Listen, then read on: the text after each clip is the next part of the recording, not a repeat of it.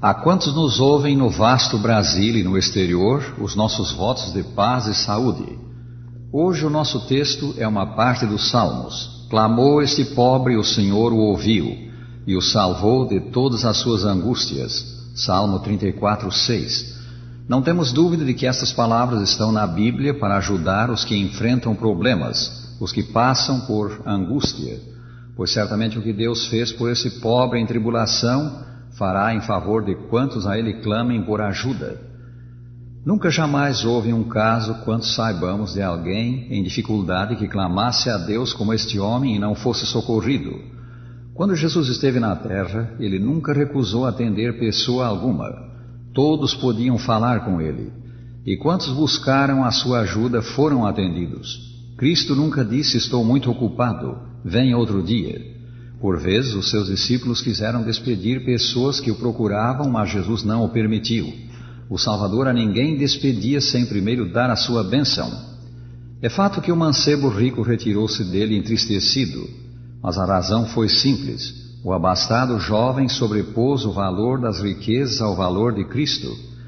E quem poderá dizer que ele depois não se arrependeu e não voltou ao Salvador? Tribulação, angústia. Não precisamos dizer o que isto é. Cedo ou tarde na vida, todos passamos por tribulação. Todos sabemos o que ela significa. Esta é uma palavra sobre a qual não precisamos consultar o dicionário. Certo evangelista costumava dizer que a tribulação nos encontra perto do berço e se conserva conosco até a morte. O homem nascido de mulher, disse o patriarca Jó, vive breve tempo, cheio de inquietação. Jó 14:1. E um dos amigos de Jó disse o mesmo noutras palavras: o homem nasce para a aflição tão certamente como as faíscas voam para cima. Jó 5, versículo 7. Não há no mundo pessoa alguma que passe pela vida sem conhecer tristeza e sofrimento. Quanto saibamos, o planeta em que vivemos é o único lugar do universo em que existe sofrimento, tribulação. Pensai nas centenas, nos milhares, nos milhões, nos bilhões de sóis que existem somente na nossa galáxia, a Via Láctea. Sabemos que pelo menos um dos planetas que circulam em torno da nossa estrela, o Sol, é habitado por seres inteligentes. Se a mesma proporção é aplicável ao restante do universo, existem literalmente centenas de milhões de mundos habitados. Tanto quanto revelem as Escrituras, não há tristeza, nem lágrimas, nem dor, nem mágoas, nem morte em qualquer desses brilhantes astros das grandes constelações que marcham através do céu da meia-noite. A Terra é o único planeta em que há tristeza e morte, o único mundo escuro entre os demais. Isso é assim porque o pecado entrou aqui, e o salário do pecado é a morte. Ele envolve a dor, a doença, a tristeza, a tribulação. Esses males atingem por igual o rico e o pobre, o grande e o pequeno, o culto e o inculto. Clamou este pobre, pobre no sentido de necessitado, e o Senhor o ouviu. Esta é a mensagem do salmista, o rei Davi, que provavelmente se referia a si próprio. A propósito, se quereis saber que é uma verdadeira experiência religiosa, lede os salmos. Eles nos dizem que fazer na aflição, como orar nela, como sair dela. A sua mensagem é real, autêntica. Ela representa a experiência dos servos de Deus. Os salmos são o livro de orações de Deus. Eles são também uma grande fonte de doutrina.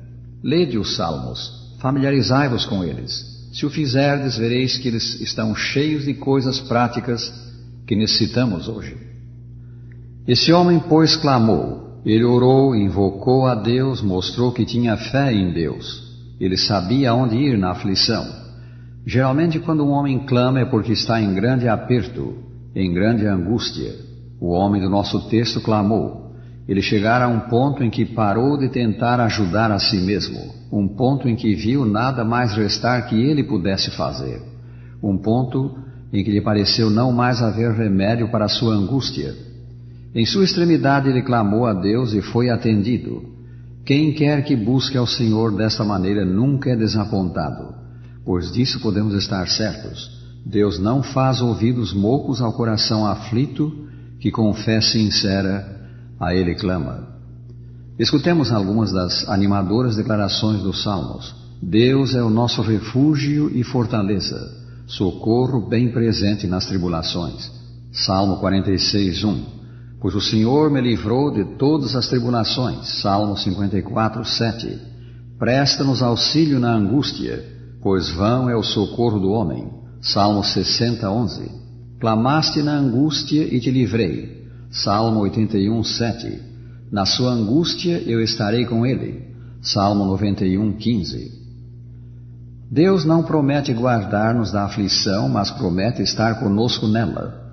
Ele não impediu que Daniel fosse lançado na cova dos leões, mas fechou a boca destes. Não impediu que os 3 jovens hebreus fossem lançados na fornalha de fogo ardente, mas esteve com eles no fogo. O rei Nabucodonosor pôde ver 4 homens andando no meio do fogo sem sofrer o seu efeito. Podemos ir a qualquer lugar e permanecer em qualquer lugar se Deus está conosco. Na verdade, vale a pena estar em aflição se Deus está conosco. Quando, pois, estamos sob provação, quando o nosso clamor vem de um coração arrependido, quando pedimos a Deus que nos perdoe os pecados e nos dê forças para lhe obedecermos, quando pedimos que cuide de nós na aflição, Ele nos ouve. Deus nos tira da aflição ou se quer que a suportemos, permanece ao nosso lado, guiando-nos e fortalecendo-nos. Devemos pedir o socorro de Deus com fé. E lembremos, a fé vem pela pregação e a pregação pela palavra de Cristo. Romanos 10, 17. A fé, pois, vem da leitura da Bíblia. Se queremos ter fé robusta, devemos ler muito o Santo Livro. E devemos também invocar o nome do Senhor e obter respostas para as preces que fazemos. Podeis estar certos de que Deus socorreu o homem do nosso texto, que, como observamos, foi aparentemente o próprio rei Davi. E ele vos socorrerá a vós se pedir de sua ajuda. Deus não faz acepção de pessoas. Lemos em Atos 10, 34. Quão maravilhoso! Deus trata a todos com igual bondade, com igual desvelo. Tão logo vamos a Ele e somos perdoados, o Senhor nos responde à oração e nos livra da angústia. Então encontramos gozo em lhe obedecer. Fazer a vontade de Deus é, na verdade, um deleite. O pecador perdoado e transformado por Cristo descobre que é mais fácil viver para agradar a Deus do que viver para si mesmo. No Salmo 40, Davi nos dá o seu testemunho. Tirou-me Deus de um poço de perdição, de um tremedal de lama. Colocou-me os pés sobre uma rocha e me firmou os passos. Versículo 2. Quando nos confiamos a Deus, Ele nos põe no caminho em que quer que andemos. Estabelece o nosso andar. Pisamos onde Ele quer que pisemos. Até mesmo nas trevas nós avançamos sobre sólido terreno. No dizer de um poeta, nada adiante, nada atrás, os passos da fé caem sobre o que parece o vazio e encontram embaixo a rocha. Podemos sair à rua e falar a outros o que nos perturba, mas ninguém nos ouvirá. Podemos expor os nossos problemas aos nossos amigos. Alguns destes, se não todos, preferirão, porém, que nos calemos. Eles têm as suas próprias lutas. Por que não ir a um lugar secreto e aí falar com Deus sobre o que nos inquieta e pedir a sua ajuda? Deus nunca está ocupado demais para nos ouvir.